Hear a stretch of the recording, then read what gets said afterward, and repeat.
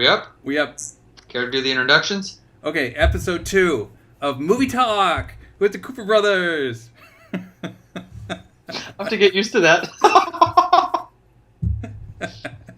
So, Marty, what are we reviewing today? Corey, I'm glad you asked. Today we're reviewing Battleship.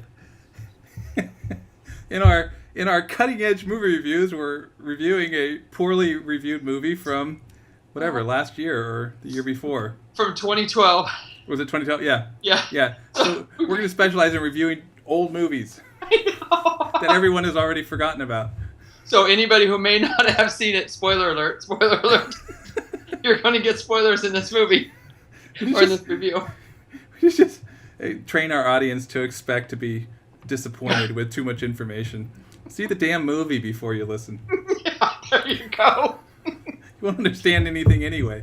If you haven't seen it in almost 3 years, then maybe you had to get out more. I looked it up on the Rotten Tomatoes. I think it had something like 39%, or maybe even less than that. Close, 34%, and you're right. Yeah. See, that's one. I like the low percentage movies. Apparently, the world does not. Yeah. Go ahead. Just because they're all dicks. Exactly. The audience did 55% of like. But here you go. This is what I found was interesting. Let me see if I can find this for you again.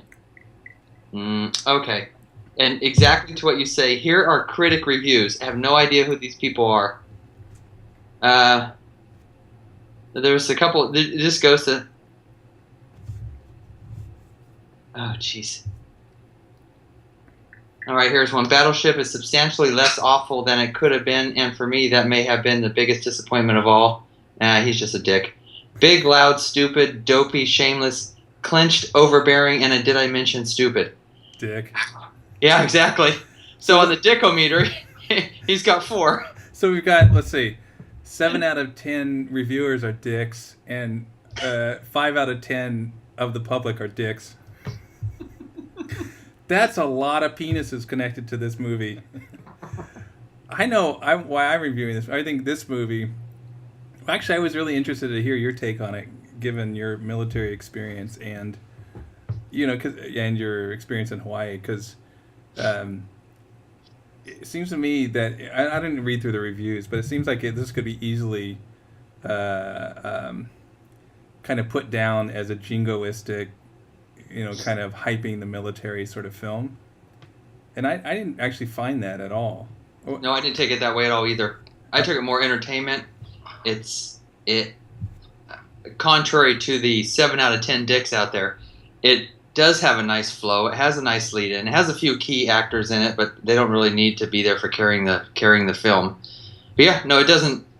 I think they took out Hawaii they used Hawaii as a setting just for sake of it's out kind of in the middle of nowhere. It's easy to use because of the water scenes, and then obviously the use in China. Was it? I think one of the Asian countries that got hit. Hong Kong. Okay, yeah. So yes, it was a good setting, and it did have a good flow, start to end. It obviously had its, what some people like to refer to as its campiness, of course. But it did. It had a lot of action in it. It had its build-up. You could see a lot of foreshadowing, so you knew some of what was coming. Can you name the 2 actors ever? And the 2 big actors are probably or at least the one big actor and the singer that most people know. Rihanna. Yep. And Liam Neeson. Yep. Those are the 2 biggies. Yeah. How about the last name of the 2 brothers? Hopper. Yeah, exactly. I listened this time, knowing there might be a quiz. We want to make sure the audience is on its toes. Okay, now for you, can you name the Japanese captain? Oh, yes. Yes, I can. Now? Oh, no, not now. Booyah! Darn it. God damn it. How did you, given that you are ex-military, how did you relate to the whole military context of the film? Well, just for clarification for all our military viewers, it's former military. Oh, is that right? Yes, it is, actually. I am non-military, so I don't know the terminology. It didn't have that overtone.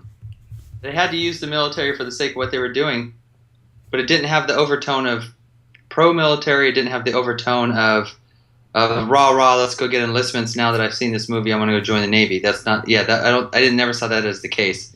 The Navy obviously was the facility or the vessel, no pun, because it was set in a water, predominantly the water setting initially. So that was the obvious choice. But yeah, no, it wasn't. Did they even bring any? They didn't really. They didn't even go into any other branches. Well, there was the guy on the mountain.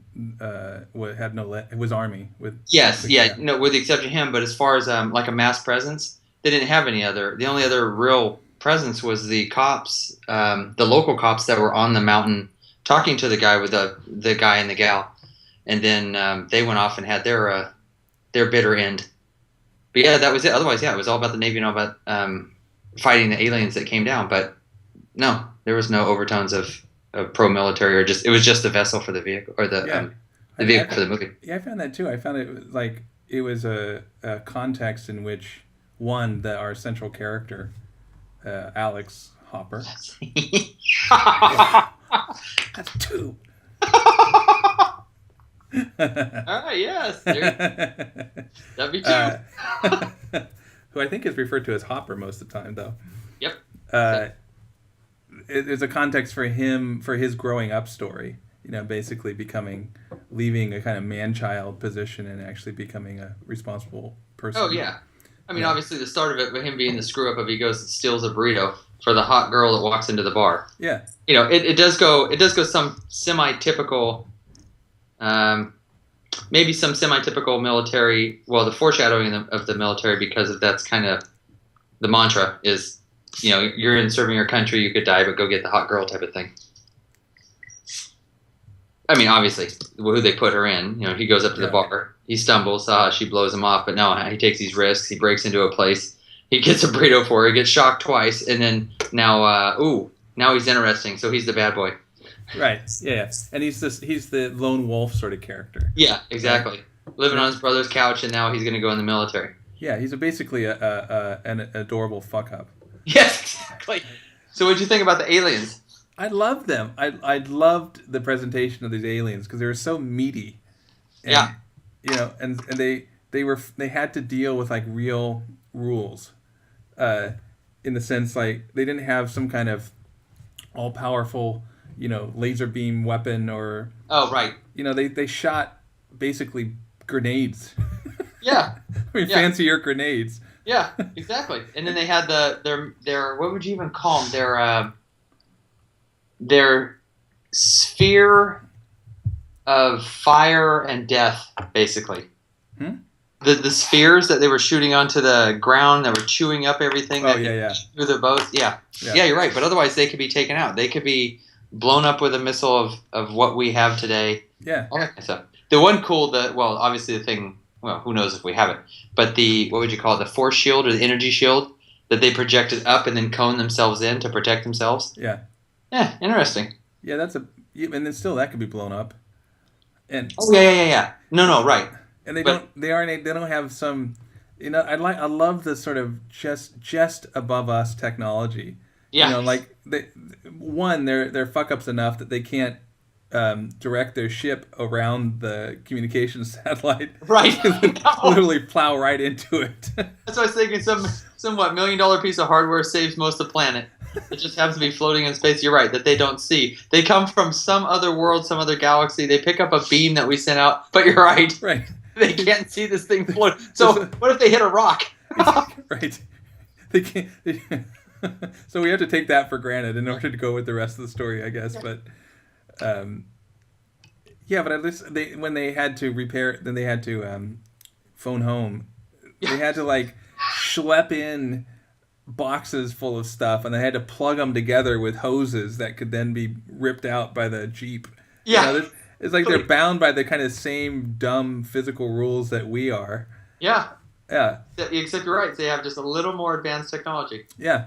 Other than which we would surely be able to take out. Yeah. And they seem to have, it wasn't explained very much, but they seem to have some kind of inner culture and life. I mean, that they weren't just like, what was it? There's a movie set, the aliens invade L.A. I forget what that movie is called, with Aaron Eckhart. and they just kind of come in and start destroying everything. There's no kind of rhyme or reason or how energy inefficient it is to send shock troops onto a planet of 7 billion people. Yeah. Like it's just not a good way to conquer something. Yeah, that was a couple years ago, and you're right. They had no rhyme or reason to it. Yeah, these guys seem to. They didn't destroy everything wantonly. They were essentially a scout team. Yeah. And they came to check out the signal and see if there's anything worth it here, and ran into a problem and did the best they can to fulfill their mission, and didn't bother with destroying everyone unless it fit their mission. And it was like a rational approach rather than something just I don't know, an expression of our own fears. They seem to have like real gravity as beings rather than just there's the scary other. Yeah, that's the thing with these movies. It's like, or with the critics, it's like, what are you expecting the movie to be? That's what, and exactly. When I was reading the reviews on some of them too, just to think what other people were, just especially when it was Rotten Tomatoes, the percentage differences. I think these people actually go in expecting someone to come walking into the theater like an alien actually sit next to him or something. Right, because they don't go for entertainment value. They have so much into it. They're so involved. And yeah, I don't know what they're truly trying to think or trying to say, unless they just want to be dicks. It seems random. Like was another movie, John Carter of Mars. Oh right, I haven't seen it. Actor, who's Taylor Kitsch? Is that his name? The main actor. Same one. Yeah. So yeah, that's him.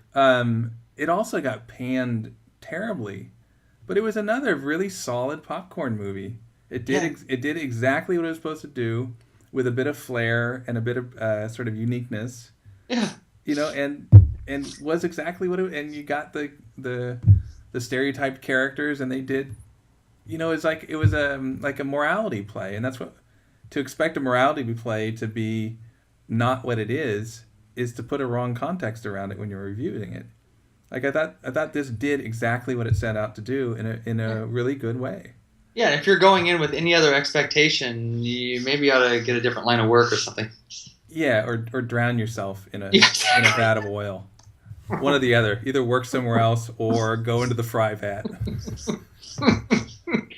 I thought the